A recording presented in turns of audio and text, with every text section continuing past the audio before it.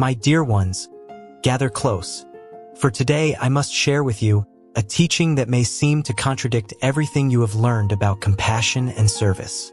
You have heard me speak countless times about the importance of selfless service, about seeing God in all beings, about extending your hand to those who suffer.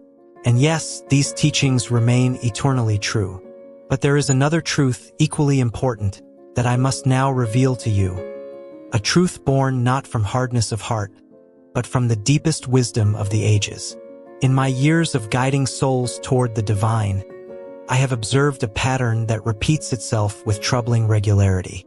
Sincere devotees, filled with genuine love and the desire to serve, extend themselves to help others, only to find their energy depleted, their peace shattered, and their spiritual progress halted.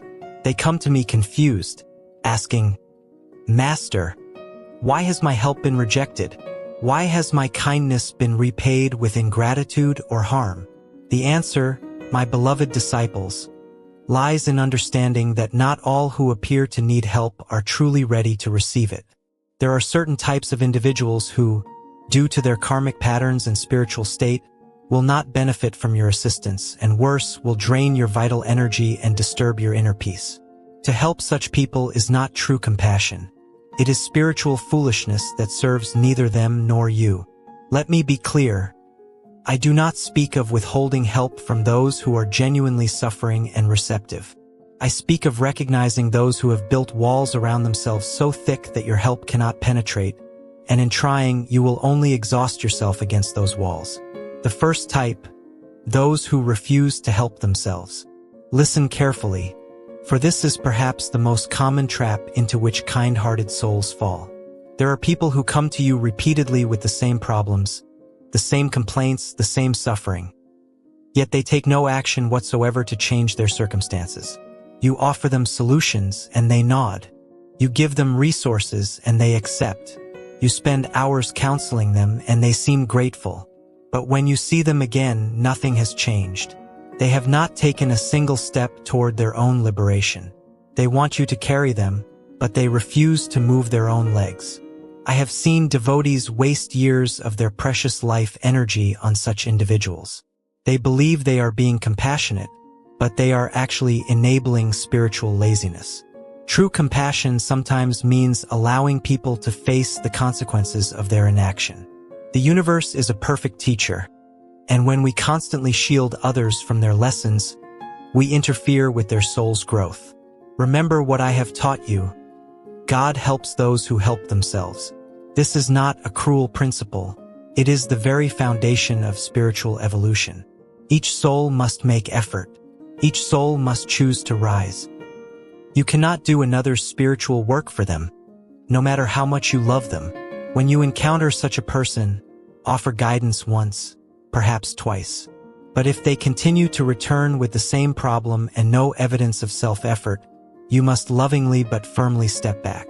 Tell them, "I have given you the tools. Now you must use them. I will pray for you, but I cannot do your work for you." This is not abandonment. It is the highest form of respect for their free will and their soul's journey. The second type, the perpetually ungrateful. My dear ones, ingratitude is a poison that kills the soul of both the giver and the receiver. There are individuals who, no matter how much you help them, will never acknowledge your kindness. Worse still, they will often criticize you, find fault with your assistance, or even claim that you have somehow harmed them. I have watched beautiful souls wither under the constant criticism of ungrateful people. These helpers begin to doubt themselves, to question their motives, to wonder if they are truly being of service. The ungrateful person drains not just your energy, but your confidence and your joy in serving. Understand this, gratitude is not just good manners. It is a spiritual quality that indicates receptivity. When a person cannot feel or express gratitude, it reveals a deep blockage in their heart. They are not in a state to receive genuine help because they cannot recognize it when it comes. In the Bhagavad Gita, Lord Krishna teaches us about the three types of charity: sattvic, rajasic, and tamasic. The highest form of charity is given without expectation of return, to a worthy recipient at the right time and place. Notice that even divine scripture acknowledges that the recipient matters. Giving to those who cannot receive with grace is tamasic charity. It benefits no one and may even cause harm. When you help someone and they respond with ingratitude, take note. If this pattern repeats, you must recognize that your energy is being wasted. Your help is not being received as help. It is being received as something they are owed, or worse, as an insult. Step away. Direct your precious energy toward those who can receive it with an open heart.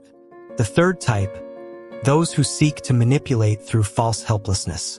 Ah, my children, this is a subtle trap, and many pure-hearted devotees fall into it. There are people who have learned to use helplessness as a weapon. They present themselves as victims, as powerless, as desperately in need, but this is a mask they wear to control others. These individuals are not truly helpless. They are often quite capable, but they have discovered that playing helpless brings them attention, resources, and power over others. They will tell you heart-wrenching stories. They will weep. They will make you feel that you are their only hope. And when you help them, they will soon return with another crisis, another emergency, another desperate need. I have seen such people drain entire families, entire communities. They move from helper to helper, leaving exhausted souls in their wake. They are like vampires of energy, but they do not attack. They seduce you into giving your life force willingly. How can you recognize them? Watch for these signs. Their crises are always dramatic and urgent. They always need help right now. They often pit helpers against each other, telling each one that they are the only person who truly cares. And most tellingly, they never quite follow through on the help you give them, ensuring that they will need you again soon. The spiritual principle here is this: genuine helplessness is temporary and seeks to become self-sufficient. False helplessness is chronic and seeks to maintain dependency. When you help someone who is genuinely helpless, they use your help as a ladder to climb out of their situation. When you help someone who is falsely helpless, they use your help as a hammock to remain comfortable in their situation. You must learn to discern the difference. Your compassion is a sacred gift, not to be squandered on those who would exploit it. When you recognize manipulation disguised as helplessness, you must withdraw your help. This is not cruelty, it is wisdom. Sometimes the greatest gift you can give such a person is to stop enabling their pattern, forcing them to finally stand on their own feet. The fourth type, those who actively harm others. My beloved disciples, this should be obvious, yet I have seen even advanced devotees struggle with this principle. There are people who use the help you give them to harm others. They take your resources, your knowledge, your support, and they weaponize it against innocent people. Perhaps you help someone financially, and they use that money to fuel an addiction that destroys their family. Perhaps you give someone a position of authority, and they abuse that power to hurt those beneath them. Perhaps you teach someone a skill, and they use it to deceive or manipulate others. When you become aware that your help is being converted into harm, you must stop immediately. To continue helping such a person is to become complicit in their harmful actions. Your good intentions do not absolve you of responsibility for the consequences of your help. I know this is difficult. You may think, but if I stop helping them, they will suffer. Yes, they may suffer, but their suffering may be exactly what their soul needs to wake up and change course. And more importantly, by continuing to help them, you are causing others to suffer, innocent others who have done nothing to deserve it. The law of karma is precise and unforgiving. When you knowingly provide the means for someone to harm others, you take on a portion of that karma. This is not a punishment from an angry God. It is simply the natural consequence of your actions in a universe governed by cause and effect. Be vigilant. Pay attention to what happens after you help someone. If you see that your assistance is being used to cause harm, you must have the courage to withdraw it, no matter how much the person pleads or promises to change. Judge them not by their words, but by their actions. The fifth type, those who reject all guidance while demanding help. Here's a paradox I have observed many times. People who desperately ask for help but refuse to accept any guidance or advice. They want you to solve their problems, but they reject every solution you offer. They want you to fix their lives, but they refuse to change anything about how they live. These individuals are not truly seeking help. They are seeking validation for their current path, even though that path is leading them to destruction. They want you to somehow make their bad choices work out well. They want a miracle that requires no effort or change on their part. I remember a young man who came to me years ago, suffering from terrible anxiety and physical ailments. I gave him meditation techniques, dietary advice, and spiritual practices that I knew would help him. He nodded enthusiastically and promised to follow my guidance. But when he returned a month later with the same complaints, I discovered he had not tried even one of the things I suggested. He wanted me to heal him through some magical power, without any participation on his part. This happened 3 more times before I finally told him, "My son, I cannot help you if you will not help yourself. You are like a man dying of thirst who refuses to drink the water placed before him. I can lead you to the well, but I cannot force you to drink." When you encounter such people, recognize that they are not ready for help. They are still in love with their suffering, still attached to their problems, still identified with their victim story. Until they are willing to change, no amount of help will benefit them. Your time and energy are precious. You have your own spiritual work to do, your own evolution to pursue. Do not waste your life force on those who refuse to receive what you offer. Give them your blessing, give them your prayers, but do not give them your energy. When they are truly ready, the universe will send them the help they need. The 6th type, those who spread negativity and drain your peace. My dear ones, your inner peace is your most valuable possession. It is the foundation of your spiritual life, the soil in which your divine realization will grow. There are people who, through their constant negativity, criticism, and toxic energy, will destroy that peace if you let them. These are the chronic complainers, the perpetual pessimists, the ones who see darkness in every light and find problems in every solution. They are not merely going through a difficult period. Negativity is their permanent state of being. They have become addicted to suffering, to drama, to chaos. When you try to help such people, they will pull you down into their darkness. They will argue against every positive suggestion. They will find reasons why nothing can work. They will infect you with their despair and cynicism. And if you are not careful, you will find your own light dimming, your own faith wavering, your own peace evaporating. I have taught you that you must guard your consciousness as carefully as a mother guards her child. Your mental and emotional state is sacred. When you allow negative people to occupy your time and attention, you are allowing them to pollute your consciousness. There is a difference between someone who is going through temporary darkness and needs your light, and someone who has become darkness itself and seeks to extinguish your light. Learn to discern this difference. The person in temporary darkness will respond to your help. They will show glimmers of hope, moments of positivity, signs of improvement. The person who has become darkness will only pull you deeper into the shadows. When you recognize such a person, you must protect yourself. This does not mean you hate them or wish them ill. You can send them loving thoughts from a distance. You can pray for their healing. But you must not allow them close enough to disturb your peace. Your peace is not just for you. It is for all the people you will serve in the future, all the light you will bring into the world. Protect it fiercely. The 7th type, those who betray trust and loyalty. Finally, my beloved disciples, I must speak of the most painful type. Those who betray the trust you place in them. These are people who, after receiving your help, your confidence, your friendship, turn against you. They may spread lies about you, steal from you, or use your secrets against you. Betrayal is one of the deepest wounds a soul can experience. I have seen strong devotees shaken to their core by betrayal, questioning everything they believed about human nature and divine justice.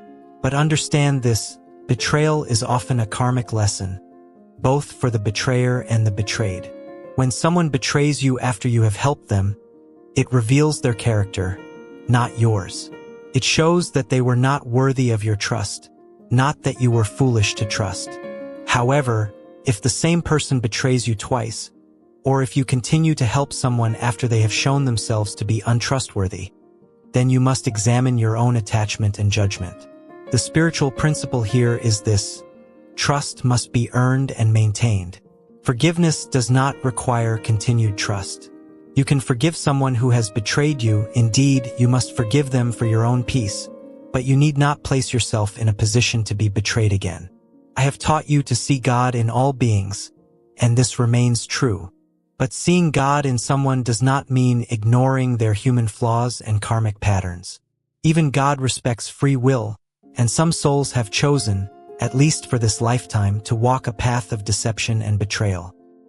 When you have been betrayed by someone you helped, take the lesson and move forward. Do not become bitter or cynical. Do not close your heart to all people because of one person's actions, but do become wiser. Do learn to recognize the signs of untrustworthiness. Do protect yourself and your resources from those who have proven they will misuse them.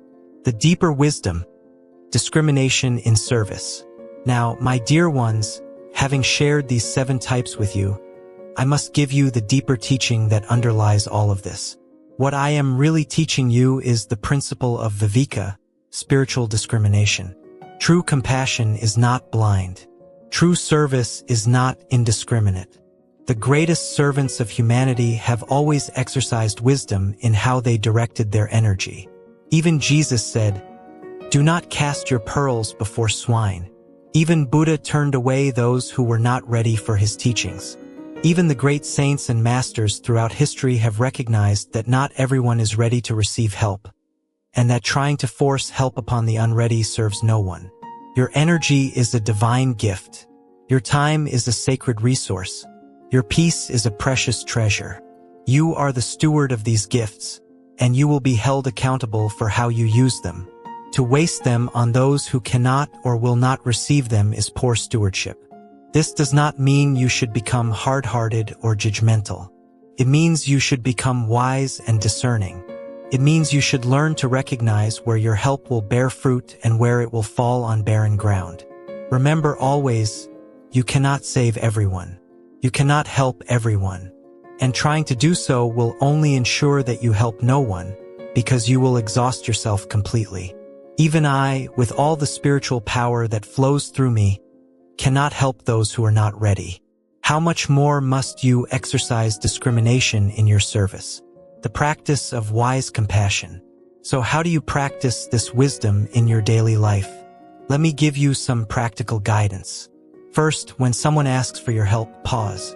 Do not react immediately from emotion. Take a moment to tune into your inner guidance. Ask yourself, is this person truly ready to receive help? Will my assistance serve their highest good? Do I have the resources to help without depleting myself? Second, observe patterns. If you have helped someone before, what happened? Did they use your help constructively? Did they show gratitude? Did they make progress? Or did they waste what you gave them and return for more? Past behavior is the best predictor of future behavior. Third, set boundaries. You can offer help with conditions. You can say, I will help you if you commit to helping yourself. You can say, I will support you through this crisis, but I cannot make this a permanent arrangement. Boundaries are not walls. They are the wise limits that allow sustainable giving. Fourth, trust your intuition. If something feels wrong about helping a particular person, honor that feeling. Your soul knows things your mind does not. That uncomfortable feeling may be your inner wisdom warning you away from a situation that will harm you. Fifth, remember that saying no to helping someone is sometimes the most loving thing you can do. It may force them to find their own strength. It may push them toward someone who is better equipped to help them. It may be the wake-up call their soul needs. Conclusion: the balance of wisdom and love.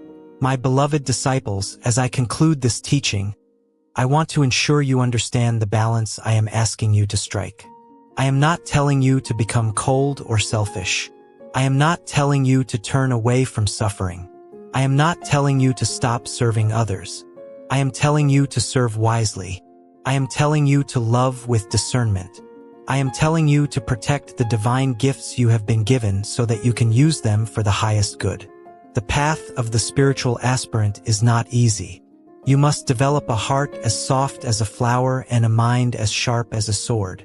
You must be compassionate enough to feel others' pain and wise enough to know when your help will truly alleviate that pain. Some of you may struggle with this teaching. You may feel it contradicts the unconditional love you have been cultivating. But understand, unconditional love does not mean unconditional enabling. You can love someone deeply while refusing to participate in their self-destruction. You can wish someone well while maintaining healthy distance from their toxicity. The universe is abundant, and there are countless souls who are ready and eager to receive help, who will use your assistance to grow and flourish and become lights themselves. Focus your energy on these souls. This is how you create the most positive impact. This is how you honor the divine gifts you have been given.